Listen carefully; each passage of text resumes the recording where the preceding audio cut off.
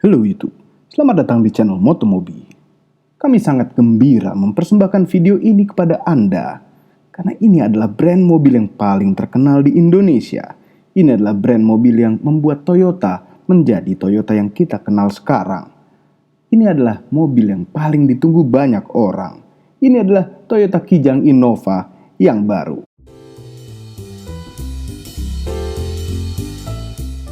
Bentuknya menjadi lebih maskulin daripada sebelumnya, mungkin agar dapat meraih market yang lebih luas.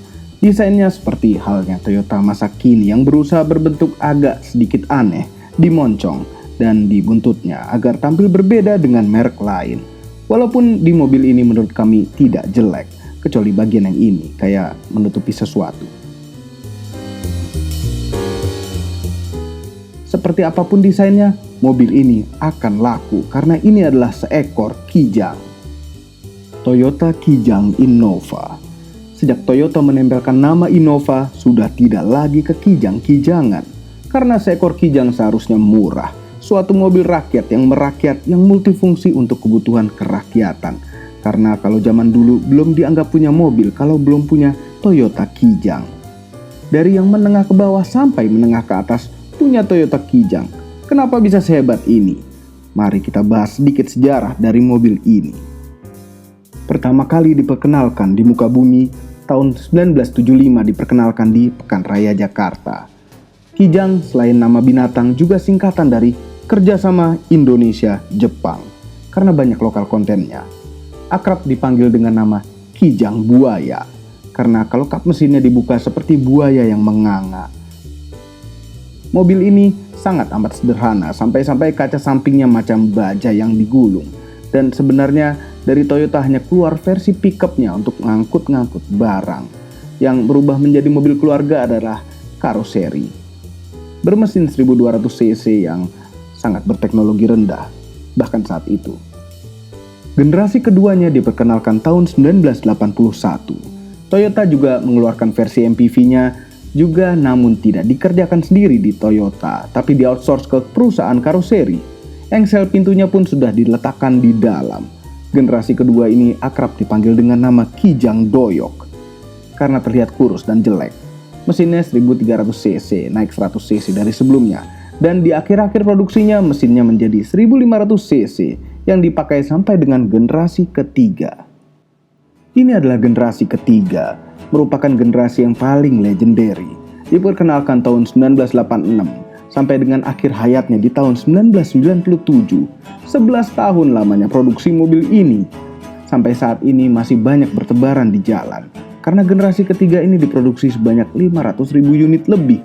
Karena pembuatan bodi yang versi MPV merupakan produksi Toyota sendiri, mereka mempromosikan dengan kata bebas dempul. Karena yang sebelum-sebelumnya buatan karoseri yang menggunakan banyak dempul.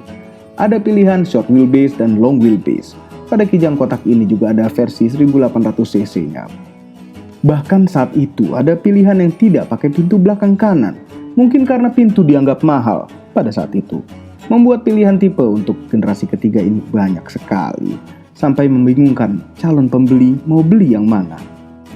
Pada saat itu karena semakin tingginya penjualan Kijang dan semakin terkenalnya brand name Kijang, terlahirlah kompetitor-kompetitor yang juga memakai nama binatang. Isuzu Panther yang saat itu rajanya diesel, sampai saat ini masih gitu-gitu saja. Dan Mitsubishi Kuda yang sangat disayangkan saat ini sudah tidak dilanjutkan lagi. Kemudian tahun 1997 terlahirlah generasi keempat Toyota Kijang yang akrab dipanggil dengan nama Kijang Kapsul.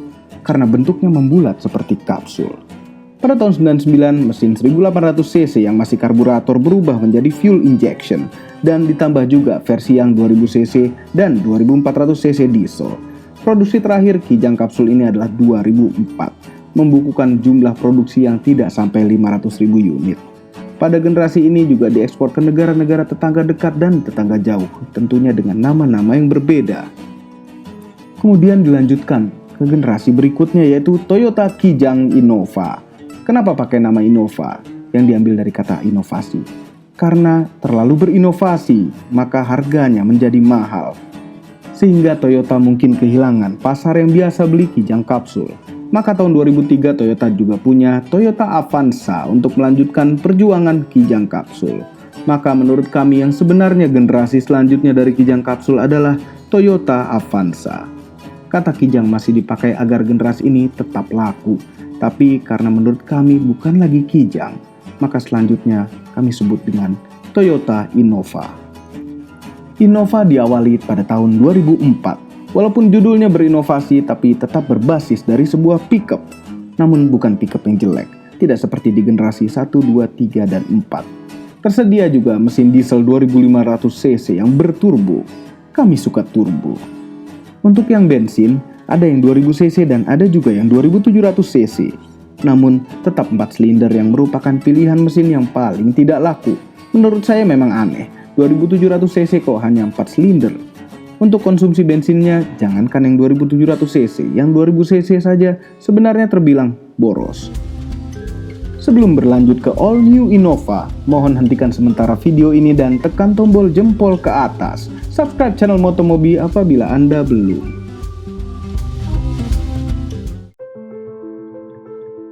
All new Innova. Sebelum launching tidak lagi rahasia seperti Avanza yang facelift. Website Toyota Indonesia pun sudah menampilkan mobil baru ini sebelum launching. Bahkan hampir setahun yang lalu sudah tersebar spy shot-nya. Bisa diprediksi seperti apa bentuknya, seperti yang dilakukan website ini.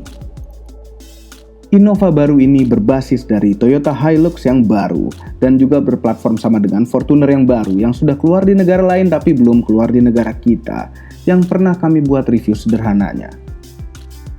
Toyota mengeluarkan 3 tipe untuk Innova baru, yaitu G untuk yang paling murah, tipe V untuk yang menengah yang tadinya merupakan tipe yang paling mahal dari Innova yang sebelumnya. Karena Toyota ingin menyenggol market Biante, Delica, Serena, dan bahkan Nafwan karena Nafwan merupakan kegagalan Toyota di Indonesia, maka mereka mengeluarkan tipe Q. Pilihan mesinnya saat ini ada 2. 2000 cc bensin berkode 1 TRFE Dual VVT-i hampir 139 horsepower dengan torsi maksimal 183 Nm di RPM 4000 yang merupakan mesin 4 silinder yang sama dengan generasi sebelumnya. Kemudian ada mesin diesel yang baru 2400 cc dengan kode 2GD FTV 4 silinder yang menghasilkan hampir 149 horsepower dengan torsi maksimum 342 Nm di RPM 1200 sampai dengan 2800 untuk yang manual dan hampir 360 Nm di RPM 1200 sampai dengan 2600 untuk yang bertransmisi otomatis. Kami suka dengan angka torsinya yang diesel berkat suatu barang yang namanya turbo. Kami suka turbo.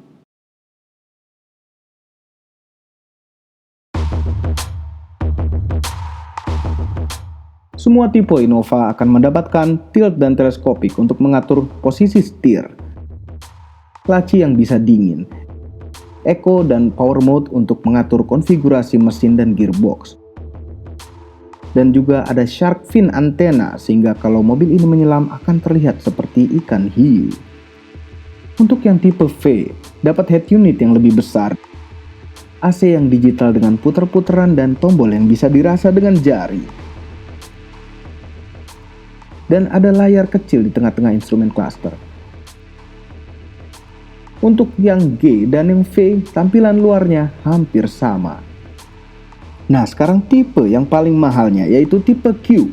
Tampilan luarnya beda di velg. Ini adalah velg yang Q, 17 inch, karena yang lain dapatnya 16 inch. Dan bola matanya menggunakan LED. Oh iya, ada outer mirror welcome light. Di dalam mobil ini juga terdapat banyak airbag. Kunci keyless dengan model kunci Toyota yang masa kini. Ada juga pintu bagasi yang nyedot yang pasti lebih tidak reliable dibanding tipe yang lain. Dapat vehicle stability control untuk lebih stabil. Dan hill assist control yang hanya berguna untuk Anda yang baru belajar mobil. Dan captain seat. Ini aneh. Kenapa captain seat hanya tersedia di tipe Q? Harusnya semua tipe ada captain seatnya. Dealer Toyota memang bisa memodifikasi, tapi kami ingin captain seat juga ada tersedia di semua tipe. Satu lagi yang disayangkan untuk tipe Q adalah jok kulit. Versi termahal dari Innova ini tetap tidak berjok kulit. Saya rasa agak berlebihan harganya untuk yang Q. Memang ingin mengambil market Biante, Delica, Serena, dan Nav1. Tapi kami rasa tetap susah diambil karena market tersebut mencari power backdoor yang sangat convenient. Ini adalah Innova V yang diesel. Kami akan melihat lebih dalam mobil ini. Namun berhubung dengan video ini sudah terlalu panjang, maka kami akan lanjutkan ke bagian kedua. Untuk nonton video ini yang kedua, Anda harus menjadi subscriber channel Motomobi. Tinggal pencet tulisan ini, maksudnya untuk agar bisa dapat notifikasi. Jadi intinya video ini bersambung. Mohon share video ini ke sosial media Anda. Terima kasih telah menonton.